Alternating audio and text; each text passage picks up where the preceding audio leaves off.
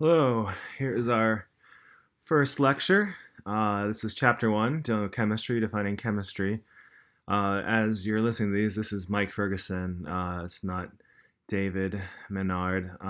This was provided by the textbook, but I was going to narrate them for you. So this chapter is going to go over chemistry. Let's go over what the chapter will cover, learning objectives here. So upon successful completion of this chapter, you should know these things.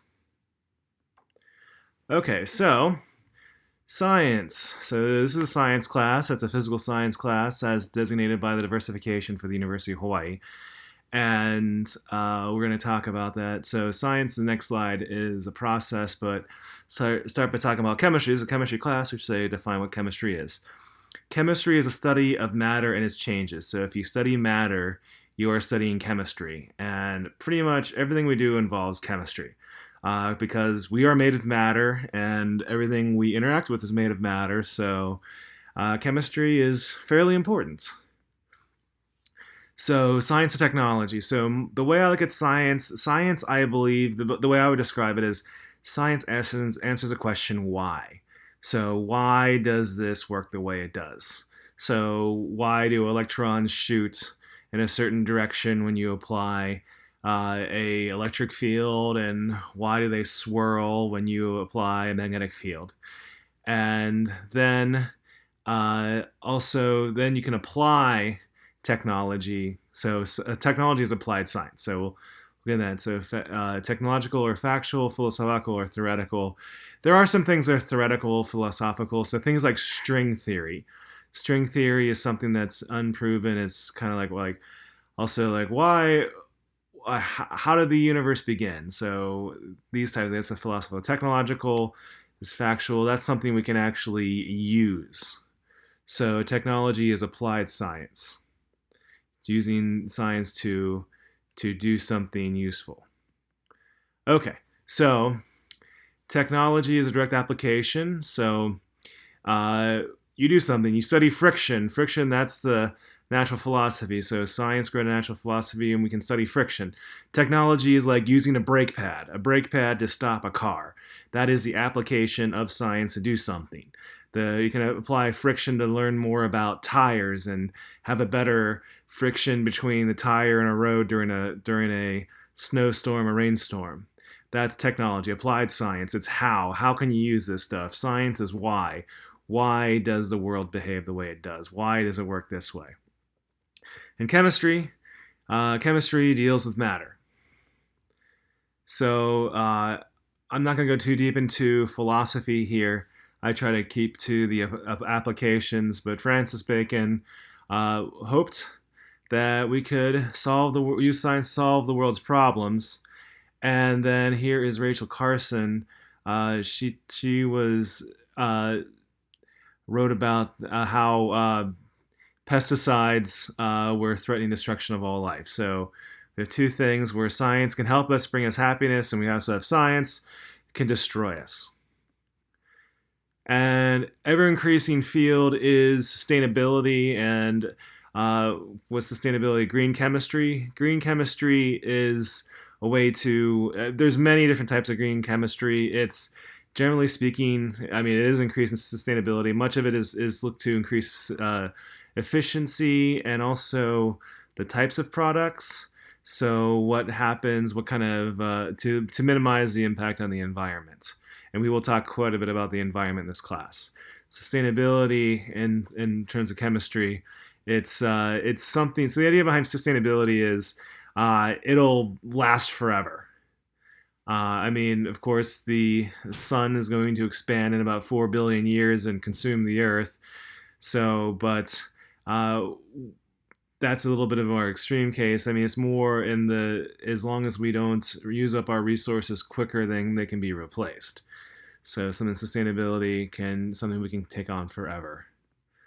So let's talk a little bit more about science. So science is a process. It's an approach to solving problems. And science needs to have these things. It needs to be testable. So something's testable, something is reproducible. That means that you can show it over and over again.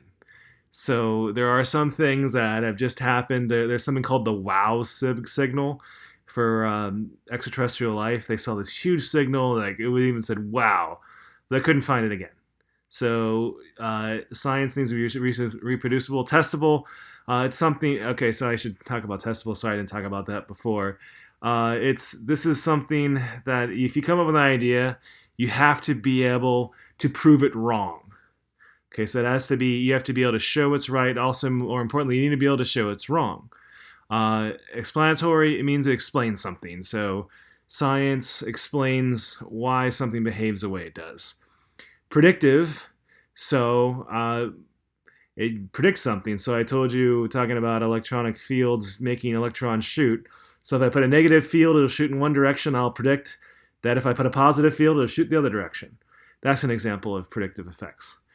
Science is also tentative, meaning once it's proven wrong, it's wrong. So we can't go back. So once there is something that has been shown that it no longer works the way we thought it doesn't work that way. We have to review. So science is a process, and I'm talking about the scientific method. The scientific method involves gathering data, and once enough data is collected, you can come up with a scientific hypothesis. So a hypothesis is an educated guess. It has to be falsifiable, so a testable, educated guess to explain something. And I'm going to talk about theories next, but I'm going to go talk about observations now. If you have a huge amount of observable data, you can come up with a scientific law. Scientific law is a summary of data, and you can express them mathematically. So Boyle's law. They can be things like law of gravity. A lot of people know about the law of gravity. Law of gravity, what goes up must come down. That's the old-fashioned law of gravity. Can you break scientific laws? Yes, you can. Yes, you can break scientific laws. And but it's usually under certain states. There's some things like the law of conservation of matter and the law of conservation of energy. So that means that matter and energy is conserved. So that means no new matter is created, no new energy is created. Can you break those laws? Yes, you can. So good old Einstein and his relationship, energy is mass times, energy equals mass times the speed of light squared equals mc squared. Matter and energy are interchangeable. So you can explain away the scientific law and how it's broken.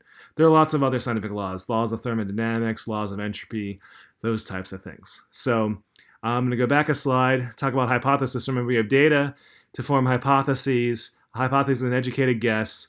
And then a scientific theory is when you have many hypotheses that come together to form, that can describe a phenomena. So this is something with science, with natural science. Natural science has to deal with data. So that means we have to observe it. So I've mentioned string theory before. String theory is not a scientific theory. At least it's not an accepted scientific theory because it hasn't predicted any observable phenomena. So right now, as I'm recording this PowerPoint slide video, string theory is not a scientific theory. It is a mathematical theory only. It's proven.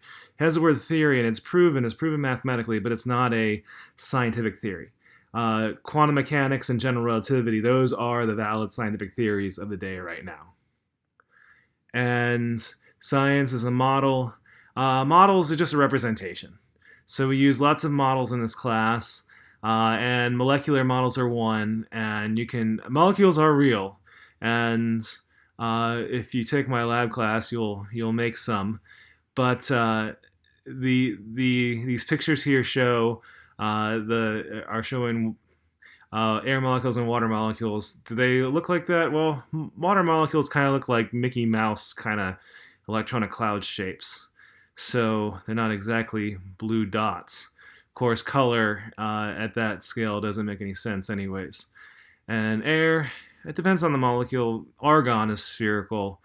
That's in air, but there's other stuff. Nitrogen and oxygen is what air mostly make up. Those look kind of like, they're kind of like kind of a Tylenol kind of shape, if you wanted to go that way. kind of a prolate sort of structure. But the models are representations, and they can be pictures like they are in the textbook, or they can be mathematical models. Climate science has a bunch of models that use it that relies very heavily on. So I already mentioned molecular models. So what is a molecule?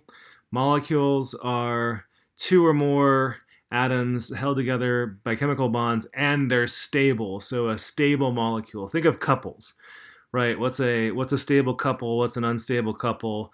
A stable couple is one that is together and is usually together. An unstable couple is one that gets together and they fight and then they separate. So, what's a stable molecule? A stable molecule is a group of two or more atoms that gets together and they hang out. An unstable molecule is a group of two or more atoms that get together and they blow up, they fly apart, and so have a quick chemical reaction. So, and molecular models, these are representations of those, like the pictures in this slide right here. That's a molecular model. So, limits of science is what's observable and something we can control. This can be tough for certain sciences, like astronomy. It's pretty hard with this because you're observing things, but how do you control something? How do you control a supernova? How are you going to do experiments on supernova? This is something you can really. I'm not saying astronomy is not a science; it is a science, but much of the science is based off of observable phenomena. And chemistry is nice because we can deal with it here on Earth and we can control variables. So we are limited by these things. And so risk and benefits. So the desirability quotient, this is the benefits divided by the risks. And this is true for all areas of life, not just science. And some things like right here, what is your chance of dying? This is kind of a morbid slide. I didn't make this slide, so sorry for everyone. And what's also, as I'm reading this, I'm going on an airplane tomorrow, so it's good to know that I have a 1 in 20,000 chance of dying on an airplane crash. So thanks, Pearson, for that nice little tidbit of information as I board my plane tomorrow. Okay, so here's a peanut butter. Wow. You can aflatoxin. Okay, I was just looking at the slide. Peanut butter, aflatoxin. Aflatoxin is it's a byproduct from molds that grow on nuts. So nuts and grains have they have when they spoil, you can well, they don't even have to spoil. The old stuff has other microorganisms growing on them, and they release aflatoxins, and those cause cancer. Does that mean you should stop eating peanut butter and all grains and all nuts? No, not necessarily. If you eat a high fiber diet, that will flush out the aflatoxins. So, I mean, this is a very abbreviated thing, and hopefully it doesn't scare you thinking like, oh no, peanut butter can kill me. Well, I mean, it could, but it's pretty unlikely. So, and that seems a bit high, 1 in 1,700. Well, it makes me feel better getting the plane, I guess. Anyways, so chemistry. I told you chemistry has a central role because everything is made of matter. Well, at least the stuff that matters. I know that in other things in the universe we have lots of photons that are not made of matter. Space-time itself is not made of matter. And like neutrinos are not made of matter. We don't know what dark matter is. But everything else, everything you can touch, feel, smell, that's made of matter. So my computer that I'm working on with this, that's made of matter. You yourselves are made of matter, as am I, as is the water I drink, as is the air I breathe. These are all things made of matter, and the earth itself. So anytime you look at matter, you are basically doing chemistry. So, and we'll talk about matter in a bit. Matter is anything that has mass and volume. That's coming up. So, applied research, this is something that we look to solve a problem. And there is so much money involved in applied research. So, if you want to figure out what the best way to chocolate chip cookies is. You are doing applied research. You are doing chemistry. If I say, hey, let me throw some cornflakes in those cookies, maybe we'll see what happens. Like, oh, what if I baked it for an extra 5 minutes? Will they taste better? That you're doing chemistry.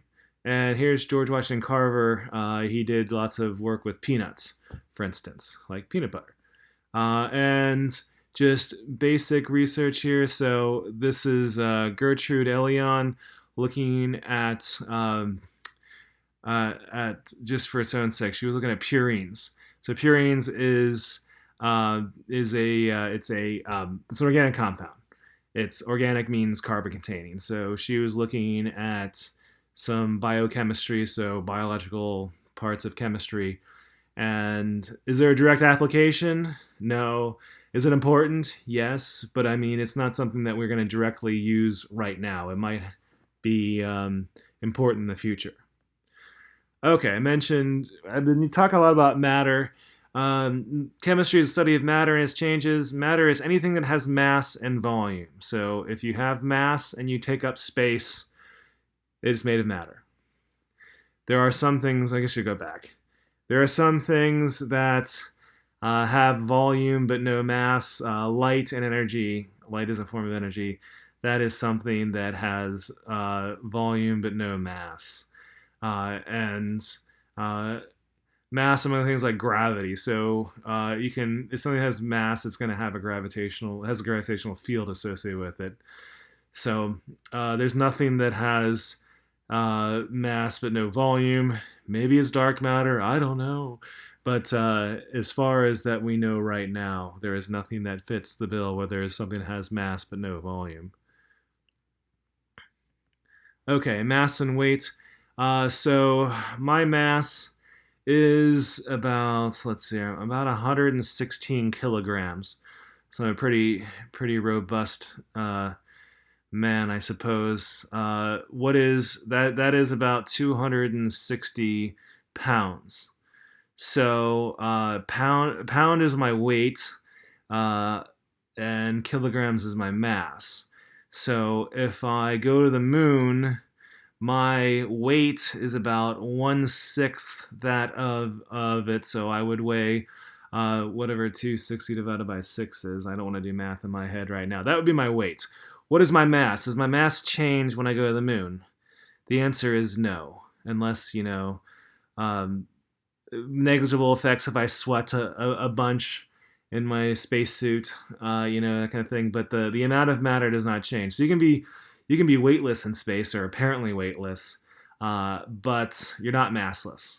It's just you don't really feel the gravity in the orbit of the Earth. So weight is a force. Mass is the amount of matter. So next thing we're talking about physical properties and chemical properties. I know we're changing topics so much in the beginning. I do apologize for that, but I kind of enjoy it in a way because I think this way anyways, changing from topic to topic. Anyways, back to the topic at hand.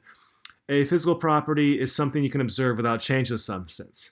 So example here, color, mass, weight, you can always observe these. So here you can see two elements, copper and iodine. Copper has that red copper color. We even have a color called copper. And iodine has a purple sort of color. We're observing them, and are we changing compounds? No. It is still copper. It is still iodine. And here are some examples of physical properties. So temperature. We can observe a temperature of something without changing it. You can take the mass of something. You can observe the color, observe the taste. So all these things, these are physical properties. And I should go back. Boiling. You're like, oh, boiling, that changes. No, water is H2O. It's two hydrogens and one oxygen. It doesn't matter if it's ice, water, or water vapor. It is still the same compound. We're not changing the compound by boiling something. Okay, chemical properties. These you observe by forming new substances, and can also be the other way, that it does not form a new substance. So the ability to form a new substance or the ability to not form a new substance, these are chemical properties. So iron rusts And you see here, neon on the bottom is inert, doesn't react with anything. Actually, so we give rings. When we give rings to people, we give them based off of chemical properties. We don't give them based off of value per se. Although many times the things that are not reactive are very valuable. So when we give rings, so we tend to give them out of gold, silver, platinum, rhodium, palladium, these kinds of things, maybe even ruthenium, although it's kind of expensive and rare. It's usually gold, silver, or platinum, if any of those gold or platinum. So, and can you imagine, you like saying, if I were to propose someone saying, "My love, I am so in love with you. My love for you is as strong as iron," and because of that, I present to you this iron ring as a symbol of my love for you, right? And that's kind of funny, right? Why is that funny? Because iron rusts. You're saying, "Oh, my love will react and slowly tarnish and fade away until it's a big pile of something else."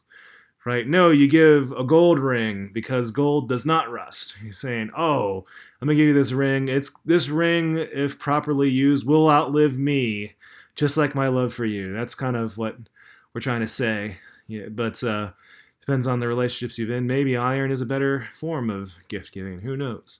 But that's at least we do give rings based off their chemical properties. So if you're wondering of an application of this other thing. So here's the other stuff. I'm not going to read the slide. That's kind of boring. Okay, physical changes. Physical changes are things. Oh, I already kind of touched upon this with water. When something changes, the chemical substance does not change. So taking ice, melting it to form liquid water, and boiling it to form water vapor. You can take that water vapor, you can condense it back down to water, liquid water, and then you can freeze it to form ice. So all the time, you are not changing substance. It is still water. Okay, so changing topics yet again. So classify matter. Solid. Solid has a set shape and a volume. So something that's solid. My cell phone is close by. I have it in my hand right now. It's solid. It's a kind of flat rectangular prism. It has a set shape and set volume. Liquid water has a set volume but has no set shape, right? So and if I wanted, so if I'm cooking something, I could pour a cup. For those of you that are not from the United States, it's about 240 milliliters. So I can pour into a measuring container that says 1 cup, and I will have 1 cup of water or 240 milliliters of water. I can pour that into my pancake mix to make pancakes with the appropriate amount of other pancake mix, right? So the idea, though, is that when I pour water into a container and I put it somewhere else, the volume does not change. So liquids have set volume but have not set shape. Gases have neither set shape nor set volume. And I've learned this the hard way. One time I was changing my brakes and I got gas in my brake line, and I had to bleed the air out of my brake lines. Why? Well, the way the brakes work is, and hydraulic presses, your brakes are hydraulic presses. If you push on a liquid, it doesn't compress. Well, it's not entirely true. It doesn't compress that much. But if you push on a gas, it compresses. So if you ever gotten air in your brake lines, you know that it's harder to brake their car because you push on the brake pedal and nothing happens. And if you push on a brake pedal that has no air in the lines, it will cause the calipers to clamp around your rotors and slow your car, right? So, okay. And here's a picture of that. Here's a model, a molecular model representation of that. Solid here on the left, set shape, set volume, water or liquid. I said water. It looks like water there. Liquid. It has a not a set volume. I'm sorry, not a set shape. It has a set volume, right? So it'll fill the container. It will take the shape of the container it's in. And gas has neither set shape nor set volume. Okay, and matter, we can further classify matter, so I can explain this forwards and backwards. Okay, so I will start forwards. So all matter, and the biggest, least defined are mixtures, and the least defined are heterogeneous mixtures. So how do you say this word? Heterogeneous or heterogeneous? Heterogeneous. I can't say with a British accent. I can't. maybe David Attenborough could say it better than I could, but I've heard it said heterogeneous. So I say heterogeneous, and hetero means different. Homo means same. So hetero is different, homo means same. Heterogeneous mixtures, that means non-uniform. So if you see this ring here that's shown in the picture, it has two different alloys, and the alloy is a different color. So in most everything is a heterogeneous mixture. We ourselves are a heterogeneous mixture. Pizza is a heterogeneous mixture. The crust is different than the pepperoni, is different than the cheese, and different from the tomato sauce, right? These are all different things. But you can take heterogeneous mixtures and you can turn them into homogeneous mixtures or homogeneous mixtures, whichever one you want to say. They're both correct. So I tend to say homogeneous mixtures, but I say homogenized milk. So I'm kind of, why not? I do it one way and the other, I guess. Sometimes I say either and either different times, and root and route differently. But homogeneous, homogeneous, both correct. So that means uniform. So milk, if you've ever seen milk from a cow, it is in fact heterogeneous. And why it separates. Cream goes on top, milk goes on bottom. And if you go to the grocery store and buy milk, it'll say pasteurized and homogenized. It means it's uniform. Milk on the top is the same as milk on the bottom. Okay, so then you can take heterogeneous mixtures, which are non-uniform mixtures. You can break them up into uniform mixtures, usually mixtures, and then the uniform mixtures are made of pure substances, and the pure substances are either elements or compounds. What is a compound? A compound is a combination of elements. So you can see here water. Water is made from two elements. It's hydrogen and oxygen. And more importantly, it's in the ratio of 2 hydrogens to 1 oxygen. There are other compounds that can form from different ratios. Hydrogen peroxide is a 1-to-1 ratio, or it's H2O2. It's 2 hydrogens to 2 oxygens in the molecule. So the different ratios and the different numbers will form different compounds, and they'll have different effects, right? You can drink water and feel good. Drink hydrogen peroxide, and you will probably die. So please don't try that experiment at home. Elements are the ultimate particle of. I'm sorry. Well, atom is an ultimate particle element. We're talking about atoms yet, but elements. These are well, they're the building blocks of all the different compounds that we can see, that we observe right now. So how many elements are there? There's 118 elements. And these 118 elements, only about, depends on whom you ask, how many do you find naturally, at least here on Earth. People can argue between 88 and 92. I just watched a recent webinar from American Chemical Society, and one of my old friends, Dr. Cody Feldman III, says there's 92, so I guess I'll go with his opinion there. Why do I say it's an opinion? It's 2 elements, promethium and technetium, in the periodic table are not found in nature, and you can argue if plutonium is found in nature, and then if with plutonium you also have to have neptunium for a brief amount of time. So okay, so elements. Okay, I told you I'd do it forwards and backwards. Let's look at the backwards way. So we have 118 elements, and you can use elements in different ratios to form compounds. And these compounds and elements you can mix together to form homogeneous mixtures or uniform mixtures. And you can also take elements, compounds, and different mixtures to form heterogeneous mixtures. So I know I'm going all over this place here. So let me give you a couple scenarios. So the homogeneous mixture there, homogeneous mixture, that metallic thing looks like rose gold. Rose gold is copper and gold. Those are elements. Milk is a homogeneous mixture that has many things. It has water, of course. It has calcium phosphate. That's the calcium that you get in milk. It has whey. It has casein. So there's various pure substances in milk, and none of them are elements. So they're all compounds. So you can have those types of things where it's compounds, it's elements, and it can be compounds and elements together. And you can have heterogeneous mixtures that are just made from elements. Meteorites, some meteorites are nickel iron, and you can a little bit of nickel dissolve and a lot of iron, a little bit of iron will dissolve and a lot of nickel, and you'll get these different patterns on it. So that is a heterogeneous mixture. So meteorites are heterogeneous. Some types of meteorites, excuse me, are a type of heterogeneous mixture that you get from just elements alone.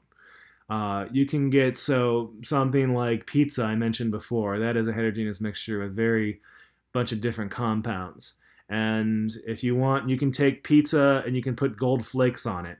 And gold is an element, and everything else in pizza is pretty much not an element. So you can get a non-uniform. So you can make a lot of heterogeneous mixtures, like the non-uniform mixtures. Those are easy to make. So okay. So hopefully I've explained this backwards and forwards for you enough times. And I've mentioned this before. And elements, these are we can break down. So we have 118 of them. And you're like, that's not a lot of elements. Well, look at it this way. In the English language, there are 26 letters of the alphabet. And the 26 letters, you can combine them to form words. So think of the letters of the alphabet like elements. Think of the words like compounds. So, and many times if you take two letters and put them together, like the letters T and the letters H, so T and H together form a completely different sound. And like, well, that's strange. So, but if you take, many people have nickel allergies. So a lot of people have nickel allergies. And if you take nickel and mix it with titanium, that works for anyone. So I had to get braces twice, lucky me. And the braces that they put on, they're nickel titanium. I was talking to I don't have a nickel allergy. I was talking to my orthodontist. I'm like, well, that's good and dandy, but what do you do with people with nickel allergies? And he goes, well, no one ever reacts to them. So whatever makes people react to plain old nickel, when you mix nickel and titanium together, they act differently, and they do not react with people. So just like the letters T and H, nickel and titanium change each other when they hang out together. And so let's talk about the English language again. 26 letters to form, I don't know how many words we have. We have something like 2 million words in the English language. It's a huge amount. How many stories can you tell with those words? Well, it's more or less an infinite amount. So imagine instead of the alphabet having 26 letters, what if it had 118? So can you imagine the funky words you can come with that? The stories you can tell with those 118 letters? Well, that's what we have within chemistry. So we have that. So although much of chemistry, we only really use four elements: carbon, hydrogen, oxygen, nitrogen. That's the most commonly used elements. We tell many stories with that. But just to give you an idea of if you want a different example then about how it works with elements and compounds. Atoms are the smallest particle of an element. So meaning if I take an element, so let's say I got a big rod of carbon, and I break it in half, and then I take a piece of that, I break that in half. I keep on going down. The point where if I break it in half, it is no longer carbon, that is known as an atom. So atom is the ultimate particle of an element. Can you break atoms in half? Yes, you can, but they become new elements. So compounds, I talked about this already. They are combinations of elements put together, and they change the properties. Hydrogen and oxygen are both gases. You form them together to form water. Water is very different than both of those. And mixtures, we've already mentioned this before. Okay, now change the topics yet again. Measurements. We are in the United States. At least if you are, I have had students take this class they're not in the United States, and we're the weird ones. We use things like miles and inches for length, and pounds for mass. Well, I guess it's pound as a force, but we have pound mass as well. So uh, the metric system here, we there's different things, uh, and what's nice about these is they're all based off of units of 10. And so length of meter is based off of actually light and time. So it used to be a distance between I think it was the equator and the North Pole or something like that, or some place in France. I'm not exactly sure, but it used to be a unit on Earth, but we changed it to wavelengths of light. Then we changed it now to time, to the speed of light and time. Meter, it's a little longer than a yard for those of you that again for the Americans in the group here. So length we use meter, mass we have kilogram. This is an issue right now. A kilogram is based off of a hunk of platinum, and the problem with the kilograms is they have different masses, and they're also getting lighter. They're evaporating.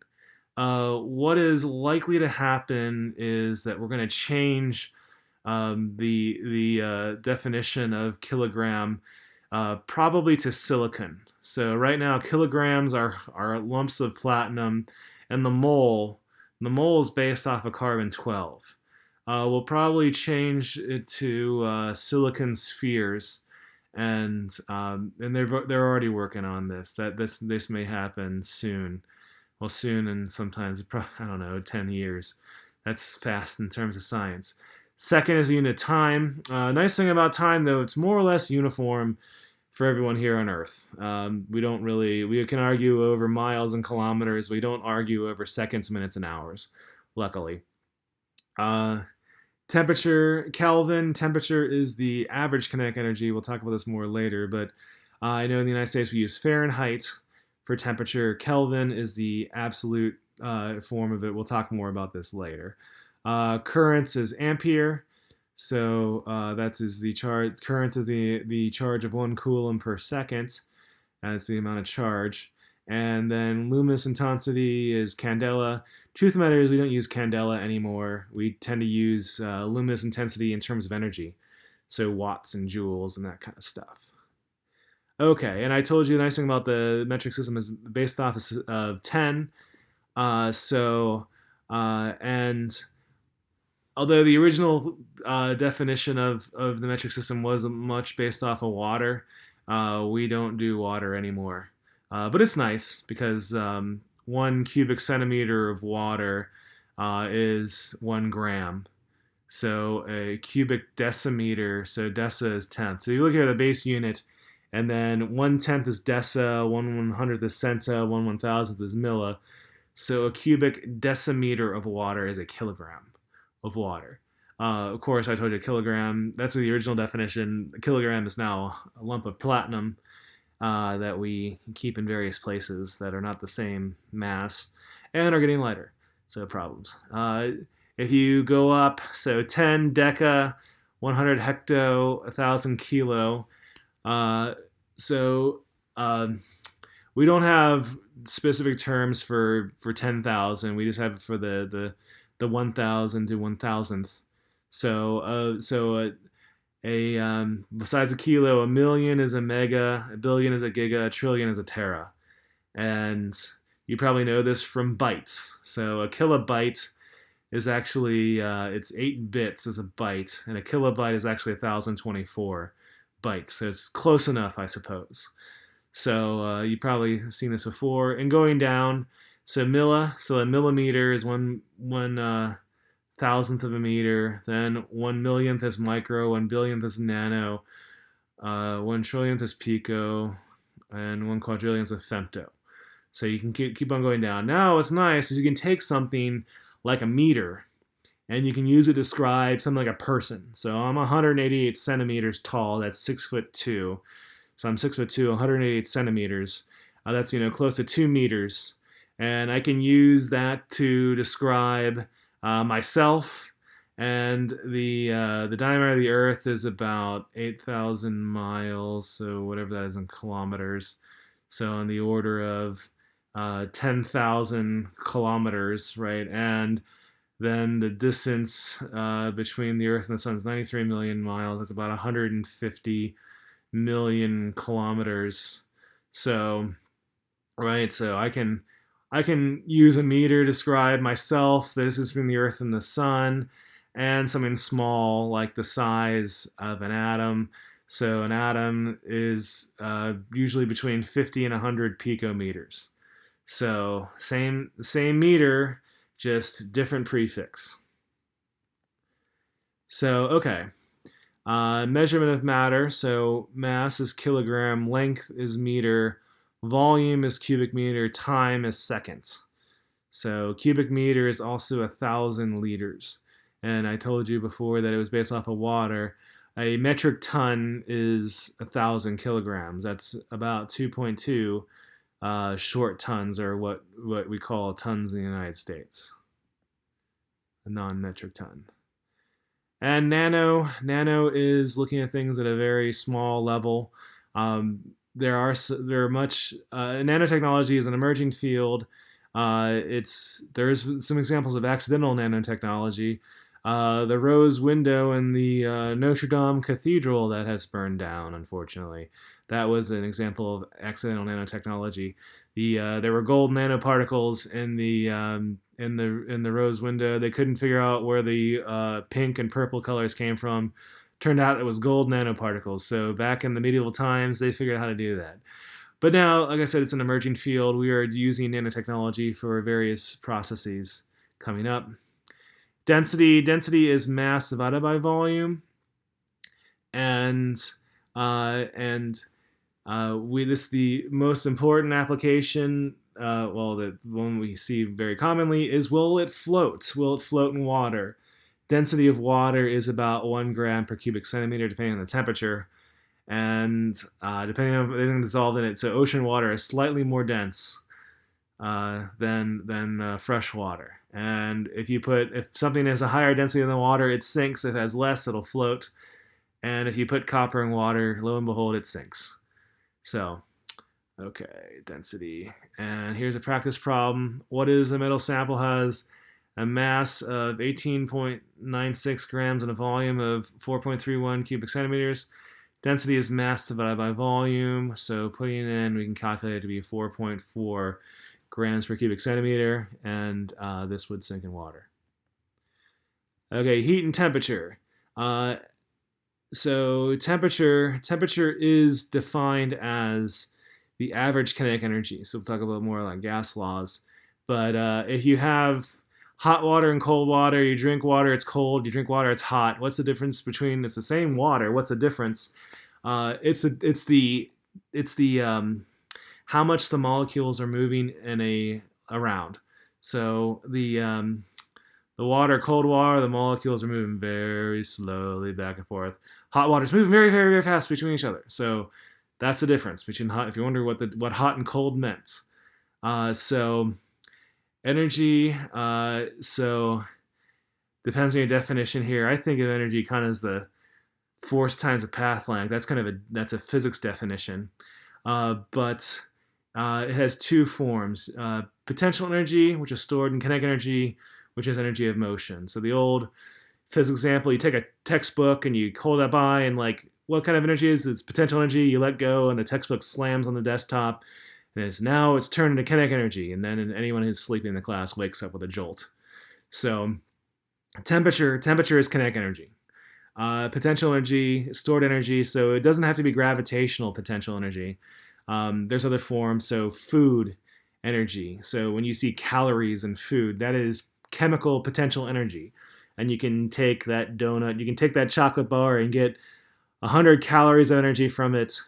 And what does that mean? Well, you can take that and then do work. So, okay, heat transferred, okay. And so energy transfer from hotter objects to colder objects. But heat it does cause an increase in temperature.